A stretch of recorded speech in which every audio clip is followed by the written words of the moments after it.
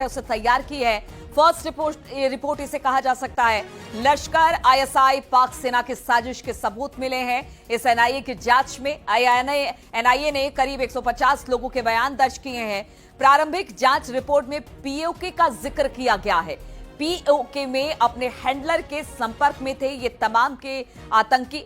हमले में ओवरग्राउंड वर्करों की भूमिका बताई जा रही है, क्योंकि बिना ओवरग्राउंड की सहायता के वहां पर इस तरह के बड़े आतंकवादी हमले को अंजाम कश्मीर में नहीं दिया जा सकता है, इसलिए उनकी बात भी सामने आई है। हमले में ओवरग्राउंड वर्करों की भूमिका है। रिपोर्ट जल्द गृह मंत्रालय को सौंप दी जाएगी। तो एनआईए की जांच इस वक्त चल रही है। डीजी खुद इस वक्त वहां पर मौजूद है। कल भी हमने देखा कि उस जगह पर बैसरन घाटी में भी गए थे, वहां पर देखा था, और अब इसके बाद ये रिपोर्ट सौंपी जाएगी कुछ दिन के बाद गृह मंत्रालय को भी। और पहलगाम में हुए आतंकी हमले पर केंद्रीय गृह मंत्री अमित शाह ने बड़ा बयान दे दिया। उन्होंने कहा कि 27 मासूमों की हत्या का बदला जरूर लेंगे। अमित शाह ने कहा कि हमले के गुनाहगार आतंकी नहीं बचेंगे, आतंकियों को चुन चुन कर मारेंगे। एक एक इंच जमीन से आतंकवाद का सफाया होगा।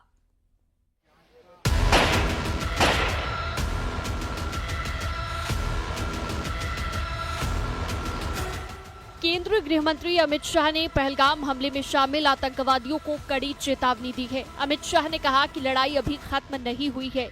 आतंकियों को ये नहीं सोचना चाहिए कि हमारे 27 लोगों को मारने के बाद उन्होंने युद्ध जीत लिया है। ये नरेंद्र मोदी की सरकार है, किसी को बख्शा नहीं जाएगा।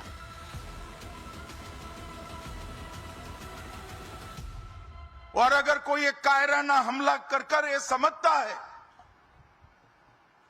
कि हमारी बड़ी जीत है, तो एक बात मन से समझ लीजिए, ये नरेंद्र मोदी सरकार है, किसी को बख्शा नहीं जाएगा, किसी को बख्शा नहीं। अमित शाह ने कहा कि दुनिया के सभी देश एकजुट होकर भारत के लोगों के साथ इस आतंकवाद के खिलाफ लड़ाई में खड़े हैं।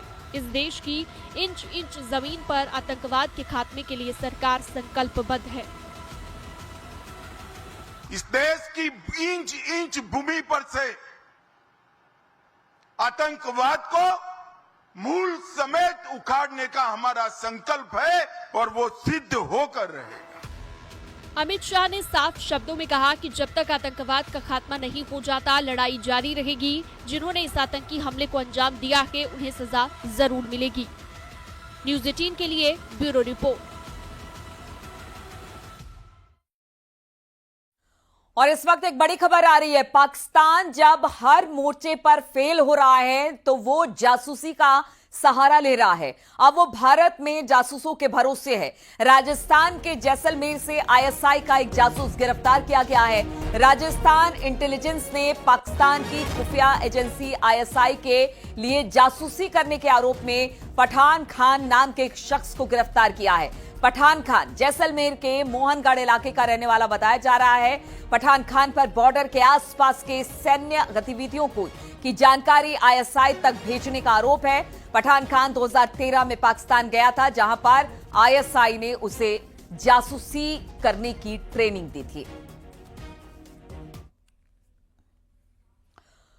और पहलगाम अटैक के बाद से ही भारत की तरफ से हो रहे एक्शन से पाकिस्तान इस कदर घबरा गया है कि उसे समझ में नहीं आ रहा कि वो क्या करे। हालात ऐसे बने हैं कि पाकिस्तानी एयरफोर्स अपनी ताकत दिखाने के लिए झूठे वीडियो का सहारा ले रही है। पाकिस्तान की एयरफोर्स की तरफ से एक बार फिर से एक वीडियो सोशल मीडिया पर शेयर किया गया, जिसमें दावा किया गया कि वो अपने सरहदों की सुरक्षा के लिए तैयार है। लेकिन सच्चाई यह है कि यह वीडियो 1 साल पुराना है और युद्धाभ्यास का वीडियो बताया जा रहा है।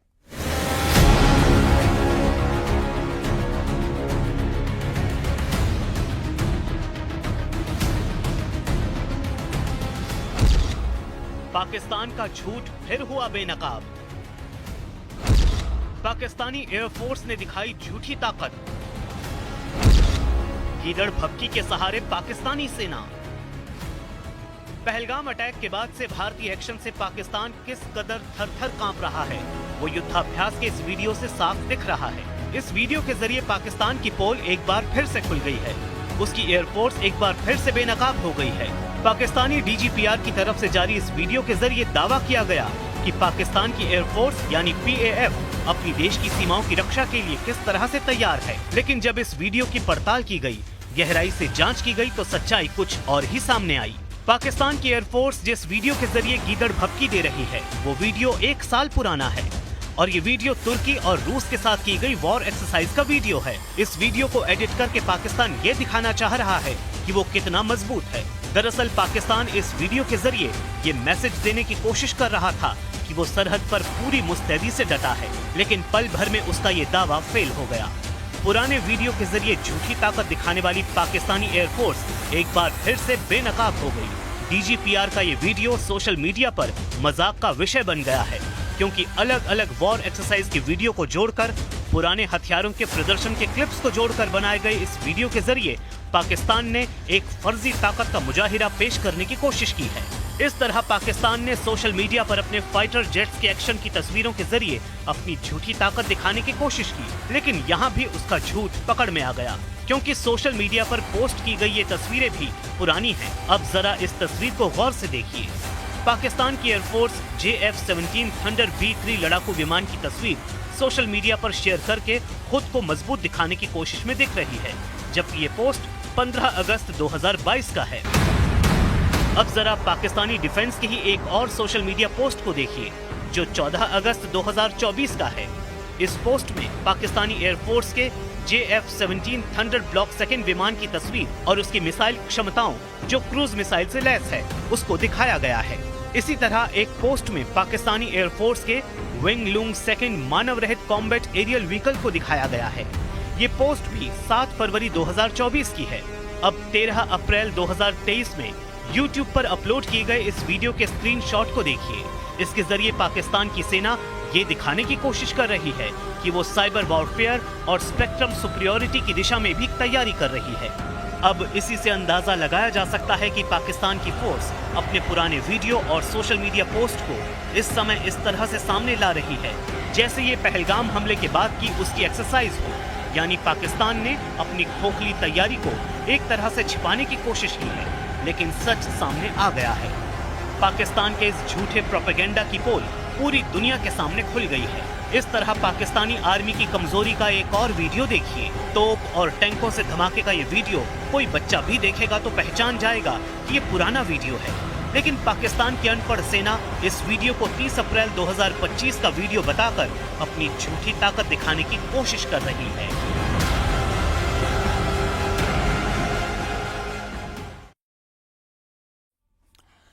तो पाकिस्तान की आर्मी चीफ भी खौफ में इस वक्त हैं पाकिस्तान के। उसे अपनी सेना पर भरोसा नहीं है, अपनी ही सेना को कह रहा है कि घबराओ मत, हम एक्शन लेंगे। वहीं पाकिस्तान के नेताओं को भी सेना पर भरोसा बिल्कुल नहीं है कि वो युद्ध लड़ भी पाएंगे, इसलिए रह रहकर सिर्फ परमाणु बम दिखा रहे हैं।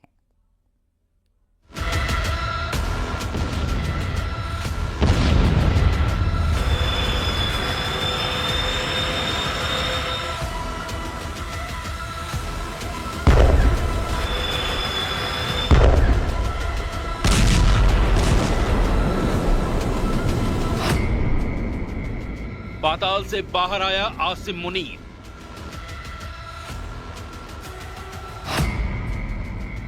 खौफ से कांपते हुए दिखा पाक आर्मी चीफ।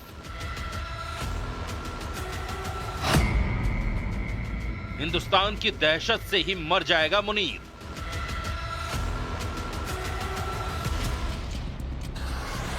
एक्शन पर एक्शन लिया जा रहा है।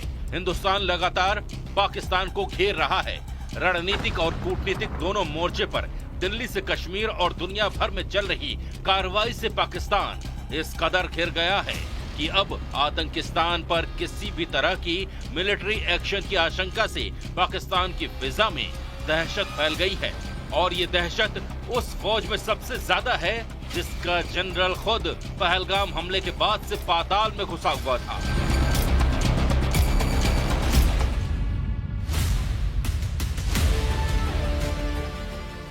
पाकिस्तानी सेना प्रमुख जनरल आसिम मुनीर का डर अब उसकी बातों से झलकने लगा है और पाकिस्तान के सैनिकों और पाकिस्तान की आवाम के सामने आ गया। आसिम मुनीर रावलपिंडी के टीला फील्ड फायरिंग रेंज में पहुंचा था, जहां पाकिस्तान की मांगला स्ट्राइक कॉर्प्स हैमर स्ट्राइक अभ्यास कर रही थी। यह अभ्यास पाकिस्तान की बेचैनी और आशंका को दिखाता है।